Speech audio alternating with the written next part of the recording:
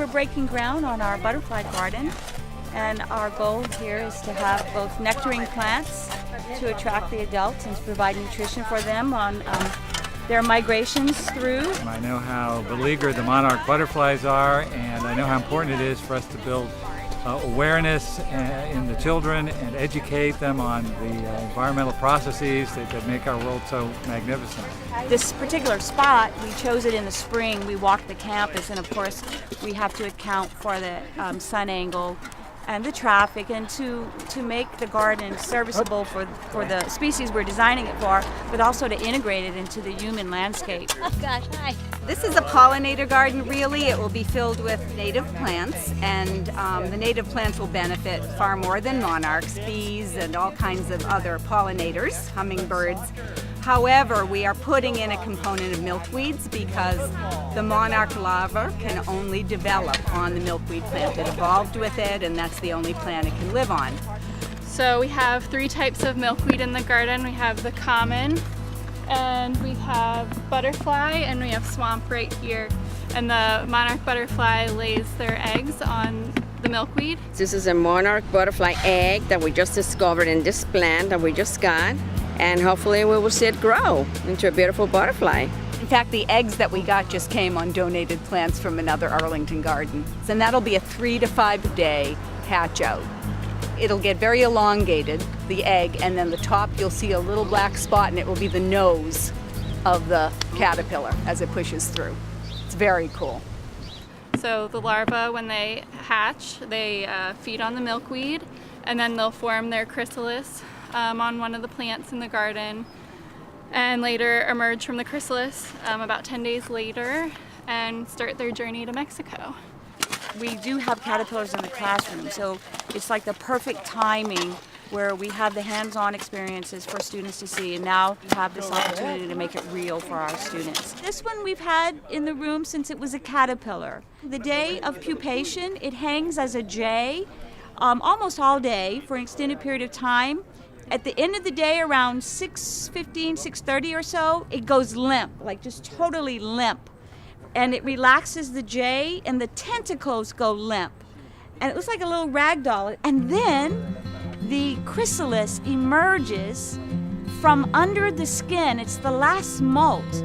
And when it's in the limp formation, all of a sudden, movement starts, and the green edge of the chrysalis emerges, and then it starts to writhe and wiggle and swing. It is so amazing to watch.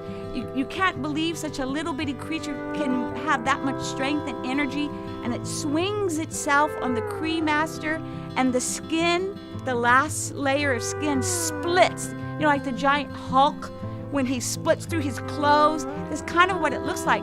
And then the skin rolls up on top of the green chrysalis, and it swings and it swings and it swings, and it keeps swinging until all the skin is off, and then it stops. It's like, oh, I was so exhausted to get that skin off of me. So now it just looks all green with little gold dots on it. And then it'll stay in that form for, ours stayed 12 days in that form, and then the butterfly emerges from the chrysalis.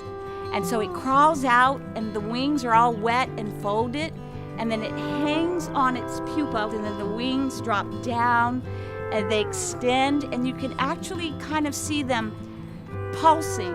And what it's doing is it's pumping blood up. It's inflating its wings. So it'll hang that way while the blood is flowing into the wings. The wings will dry and stiffen, and then it'll start to flap its wings, like practicing for flight.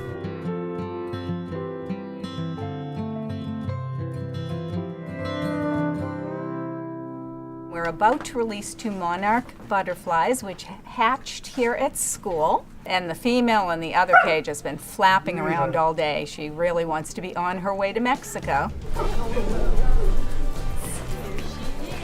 at the butterfly, Lee. Come on. Hi. Whoop. How do the butterflies know the direction to travel in? Because of the direction of the sun, this time to the south. It's always amazed me when I've let them go in my garden. There are these beautiful nectaring plants there, and they never stop. They head south.